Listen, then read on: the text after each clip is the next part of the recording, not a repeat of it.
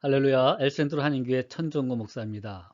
성경개론 그 5번째 시간과 6번째 시간 갖도록 합니다. 5번째, 구약 내용 개설에 대해서 말씀드리도록 합니다. 먼저 구약은 역사서를 중심으로, 즉 모세오경과 함께 12권 중 9권인 여호수아부터 역대하까지가 역사서입니다. 자, 모세오경 뭐예요? 천지 창조부터 모세의 영도하에 이스라엘 민족의 정리까지로 이스라엘 초기 역사 이야기가 기록되어 있습니다. 어떤 분은 질문하죠. 꼭 우리가 이스라엘 역사를 배워야 되느냐? 여러분, 이스라엘 역사를 배우는 게 아니라 오실 메시아, 하나님의 구속 역사가 어떻게 진행되고 이루어지는가를 알기 위해서 이스라엘 역사를 배우는 거죠. 자, 나머지 12권은 모세의 사망에서 BC 400년경에 구약시대의 종막, 이게 이제 무대의 마지막 장면, 구약시대의 마지막까지로 이스라엘의 가나안 정착 역사, 범죄, 바벨론의 포로기간, 그 이후의 이야기들입니다. 그 이스라엘 역사를 보면서 하나님께서 부족에서 이제 나라로 형성되면서 이스라엘 백성들이 얼마나 또 범죄하고 다시 돌아오고 또 포로 생활을 한 후에, 그 전에 물론 가나안 사건이 있습니다만은 그 이후의 이야기들이 여호수아, 사사기, 룻기, 사무엘상, 사무엘하, 열왕기상, 또 열왕기하, 역대상, 역대하, 이 부분이 바로 유대인의 그 역사를 통해서 구속사를 보여주고 있습니다. 이 12권 중 9권이 유대인의 바벨론의 포로되기, 즉 BC 600년 전의 사건들을 기록한 것이고, 3권 에스라, 느헤미야, 에스더는 바벨론의 포로가 된 후의 사건을 기록한 것입니다. 책의 순서는 대개 연대순으로 되어 있기 때문에 보기가 쉬울 것이고, 때로는 중복되는 내용도 있습니다. 역대상 하는 사무엘상 하와 열왕상 하를 재정리한 책입니다. 그 다음에 시가서로 구성되어 있는데, 시가서는 욥시, 잠전아, 아가서까지죠. 성령의 인도로 쓴 이스라엘 민족의 사색과 종교 정서의 표현이며 개인의 신앙생활의 깊은 체험입니다. 역사서는 영적 생활의 외적 역사이고, 시가서는 내적 체험을 이야기합니다. 즉 욥부터 아가서까지를 시가서라고 할 수 있기 때문에 시적인 표현들을 좀 이해를 해야 됩니다. 그리고 예언서가 있죠. BC 6에서 8세기에 된 것으로 예언자는 하나님의 대언자입니다. 직접 받기도 하고요. 이스라엘의 범죄를 책망합니다. 선지자적인 모습을 하면서 예언을 하게 되면 책망하게 됩니다. 하나님께 돌아올 것을 호소합니다. 회개하지 않으면 심판을 받으리라고 경고까지 하게 됩니다. 그래서 이 선지서 또는 예언서를 보게 되면 많은 그 책망들이 있게 됩니다. 그 다음에 예언자들은 역사적 상황의 앞날을 내다보고 앞으로 세상에 오실 메시아 구속주를 소개하고 있습니다. 예언서는 어디를 펴든지 메시아에 대한 예언으로 가득 차 있습니다. 또한 최후의 승리를 소개하고 있습니다. 그러니까 예언서를 읽으면서 우리는 이스라엘의 범죄를 바라봐야 되겠고, 회개하고, 그리고 장차올 그 영광의 나라, 예수 그리스도의 재림, 이런 부분들을 생각하면서 최후의 승리, 이것을 캐치해야 됩니다. 대선지서는 왜 대선지서라고 합니까? 사람, 에겔, 단, 다니엘서까지 분량이 많기 때문에 그래요. 에가는 분량이 적지만 예레미야가 바벨론의 포로 생활 이전의 예언이며, 에레미야 에가는 슬픈 노래죠. 예루살렘의 멸망과 바벨론의 포로 생활에 대한 에가입니다. 에스겔서와 다니엘서는 바벨론 포로 시대의 예언입니다. 그래서 다니엘 선지자 같은 경우에는 느부갓네살 왕, 바벨론부터 시작해서 고레스 왕까지 이렇게 폭넓은 시대의 선지자로 활동합니다.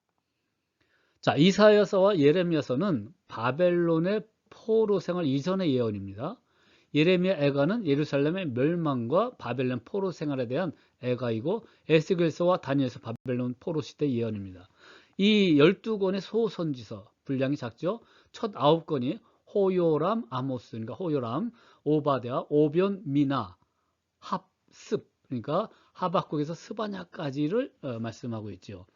바벨론의 포로 시대 이전에 썼고 나머지 세 권인 학계, 스가랴, 말라기는 유대인이 예루살렘으로 다시 돌아온 후에 썼습니다.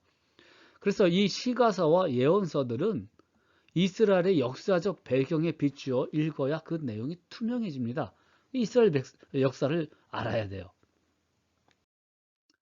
자, 여섯 번째로는 구약의 목적에 관해서 우리가 배우도록 합니다. 자, 구약의 목적은 뭡니까? 구약은 첫 번째, 구약은 우리를 예수 그리스도께 인도하기 인도하기 위함이다. 예수 그리스도는 자신에서 엄청난 주장을 하셨어요. 이 엄청난 주장 때문에 사실 신성모독죄로 죽임을 당하신 거죠. 자, 예수님은 자신에 대한 주장의 근거로 구약 성경의 말씀을 지적하셨습니다. 인용도 하셨습니다. 그러니까 구약 성경을 우리가 봐야 돼요. 그래서 신약에 비추어 보면서, 신약은 구약을 비추어 보면서 말씀을 보아야 합니다. 요한복음 5장 39절에 너희가 성경에서 영생을 얻는 줄 생각하고 성경을 상고하거니와 이 성경이 곧 내게 대하여 증거하는 것이로다. 예, 직접 예수님 말씀하셨습니다. 요한복음 5장 45절에는 내가 너희를 아버지께 고발할까 생각하지 말라. 너희를 고발하는 이가 있으니 곧 너희가 바라는 자 모세니라. 이 율법을 얘기합니다. 5장 46절에 모세를 믿었더라면 또 나를 믿었으리니 이는 그가 내게 대하여 기록하였습니다. 그러나 그의 글도 믿지 아니하거든 어찌 내 말을 믿겠느냐 하시니라. 자, 모세가 모세 오경을 기록했잖아요. 그러니까 그 모든 그 기록의 목적은 예수 그리스도를 계시하기 위한 하나님의 그 말씀, 예언의 말씀, 또 이스라엘 역사를 통해서 주시는 메시아 구속주를 나타내기 위한 목적으로 쓰여진 것이죠. 그렇다면 누가복음 24장 25절에는 이르시되 그 받아들이지 아니한 사람들이 많으니까 미련하고 선지자들이 말한 모든 것을 마음에 더디 믿는 자들이요 그리스도가 이런 고난을 받고 자기의 영광에 들어가야 할 것이 아니냐 하시고 이에 모세와 모든 선지자의 글로 시작하여 모든 성경에 쓴 바 자기에 관한 것을 예수님에 관한 것을 자세히 설명하시느니라. 그러니까 구약을 읽을 적에 신약을 읽을 적에 예수 그리스도를 발견해야 돼요. 자, 누가복음 24장 46절에도 나옵니다.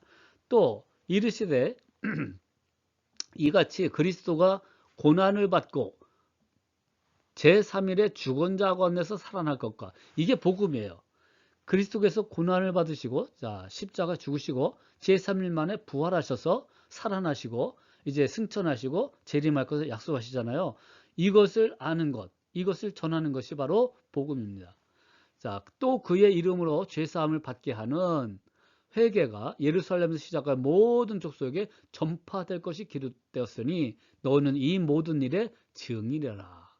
자, 제자들은 예수님과 함께 3년 동안을 생활하면서 이 모든 것의 증인이 됩니다. 그렇다면 제자들이 기록한 그 말씀을 통하여 우리는 예수 그리스도의 십자가 사건과 부활하신 사건, 재림의 소망, 약속, 그리고 예수님을 믿었을 때의 죄사함, 회개함으로 이것이 예루살렘에서 시작해서 온 모든 족속에게 전파될 것, 이것이 기록되기 때문에 우리가 그 일에 제자들이 증인된 것처럼 우리도 이 성경의 증인들이 되는 것이고 전해야 될 의무가 있습니다.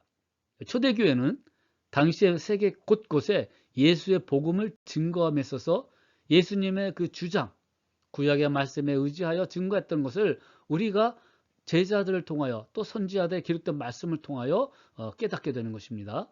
율법은 복음의 몽학 선생이라고 그랬죠. 몽학 선생 뭐예요? 유치원 선생이에요. 예, 초보 단계. 그러니까 율법은 복음의 몽학 선생으로서 예수 그리스도를 계시해 주는 그런 말씀들이에요. 거기에 이제 어떻게 생활하고 어떻게 신앙생활을 하고 지켜야 될 것인가를 가르쳐 주는 말씀이죠. 이 율법을 완전히 지켜야 구원을 받는데 완전히 지킬 만한 사람이 아무도 없습니다. 그래서 율법의 완성이신 몽학 선생의 역할을 통하여 율법의 완성시 예수 그리스도를 이 땅에 보내주신다는 것을 알아야 됩니다. 그래서 구약은 신학의 예비다. 이 말씀을 꼭 기억하셔야 됩니다. 자, 그 다음에 구약은 하나님의 본성을 우리에게 나타내기 위함이다. 하나님의 사랑과 공의, 신실하심과 거룩하심, 능력과 영광, 죄에 대한 노하심과 심판 등이 기록되어 있습니다. 이 엄청난 단어들, 이거 참 사랑과 공의, 사랑은 심판과 함께 공의가 나타납니다. 신실하심과 거룩하심, 능력과 영광, 죄에 대한 노하심과 심판 등이 기록되어 있지 않습니까? 그래서 유대인들은 이 말씀을 때로 불순종해요. 그럼 어떻게? 징계라는 채찍을 통해서 회개케 합니다. 결국 축복의 자리로 나오게 하는 거죠. 최후의 승리, 최후의 복을 영적 이스라엘 백성인 우리들에게 보여주는 그런 말씀이 구약입니다. 그 다음 유대인들도 어떻게 행합니까? 죄사함을 위한 희생 제사를 드리게 됩니다. 5대 제사를 비롯해서 여러 제사를 드리게 되므로 하나님을 예비하고 또 하나님을 경배하고 제사 드림으로 또 회개의 역사를 이루고 피를 통하여 죄를 전가시킴으로 하나님의 용서함을 받는 그런 제사들이 있게 되는 것입니다. 5대 제사 나중에 다 말씀드리도록 합니다. 그 다음에 예수님의 대속적, 이거 중요한 거예요. 예수님의 대속적인 리뎀션이라고 합니다. 대속적은 뭐예요? 대신 죄를 속해 주셨다. 그런 뜻입니다. 그러니까 리뎀션, 죽음의 의미, 대속, 대신 죄를 위하여 죽음을 당하셨다는 거죠. 하나님의 심판을 대신 받으신 겁니다. 또 하나님의 특별 계신 예수 그리스도의 사역과 인격을 이해하는 기초가 되는 것입니다. 구약은. 그래서 예수님의 사역과 그분의 인격, 본질, 이것을 이해하는 기초가 되는 것이 바로 구약입니다. 자, 세 번째, 구약에 나타난 사건은 우리 각자의 신령한 생활의 교훈과 모본이 됩니다. 즉 구약에 나타난 우리 신앙생활의 교본이 될 수 있다는 거죠. 이스라엘의 출애굽 사건, 애굽을 탈출한 사건, 우리들의 영적 생활의 출애굽입니다. 예.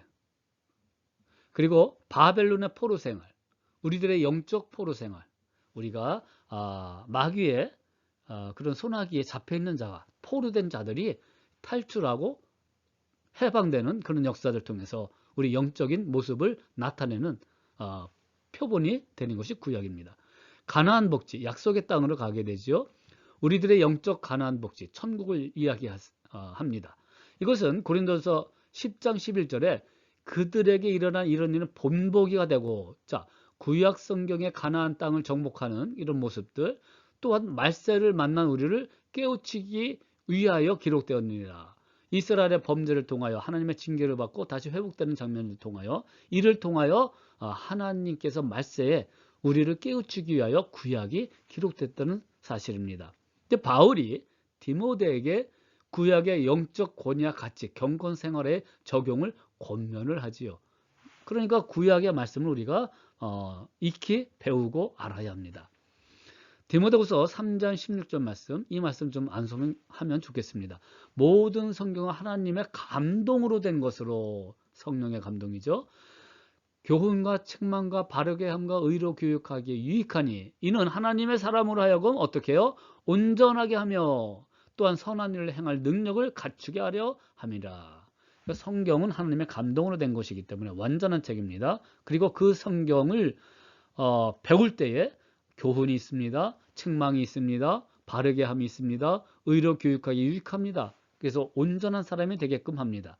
그러면 우리가 성경을 꼭 읽고 배우고 또 묵상하며 네 번째 그 구약은 하나님의 구속 계획을 우리에게 계시하기 위함이다. 구약에서 계시된 예수 그리스도를 통하여 인간을 은혜로, 철저히 주님의 은혜입니다. 100%입니다. 믿음으로 구원한다는 구속의 진리를 보아야 합니다. 여러분, 이 믿음이, 우리가 믿음이 완벽해서 100% 완벽해서 되는 그 구원을 얻는 것이 아니라 믿음이라는 통로로 통하여 이 구원을 베풀어 주신다는 겁니다. 그렇다면 그 믿음이란 게 뭐예요? 예수 그리스도입니다. 믿음의 대상이 예수 그리스도예요. 그리고 그 예수 그리스도께서 어떤 일을 행하셨습니까? 이 땅에 육신으로 오신 것, 그리고 고난받으신 것, 십자가에서 죽으신 것, 성경대로 3일 만에 살아나신 것, 그리고 승천하시고 재림의 약속을 주신 예수 그리스도, 구약에서 계시된 예수 그리스도, 그리고 신약에서 오신 메시아 그리스도께서 이제 제자들을 통하여 선포된 그분 예수 그리스도를 통하여 구원 받는 것을 말씀하고 있습니다. 그래서 우리를 택하신 것은 철저하게 하나님의 은혜입니다.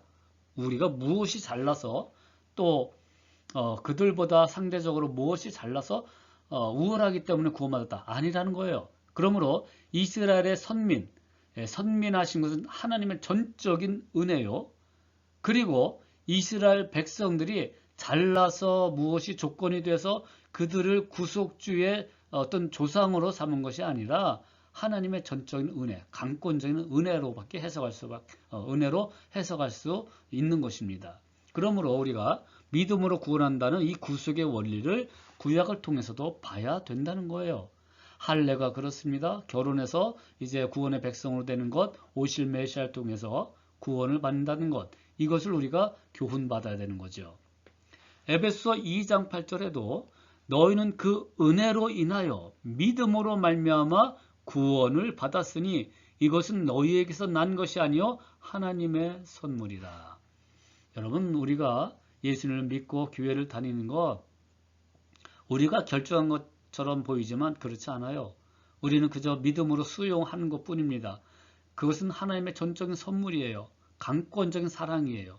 그 하나님의 선물을 가지고 우리가 교회생활, 신앙생활을 하는 것입니다.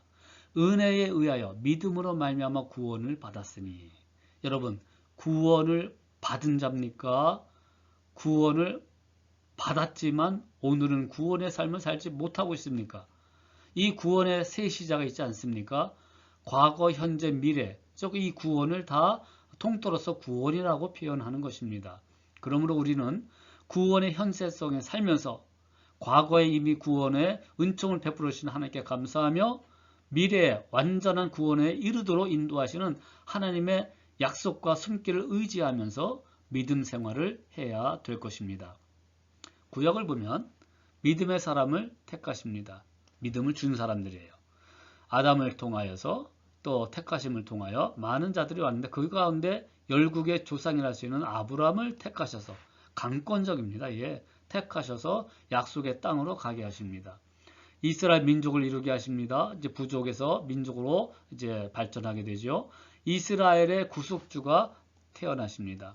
그리고 그 구속주를 전 인류에게 소개합니다. 이것이 바로 사마리아 땅끝까지 이런 말씀이 되겠지요. 제자가 되게 하십니다. 그리고 재림하심으로 구속사가 완성되는 것을 말씀하고 있습니다.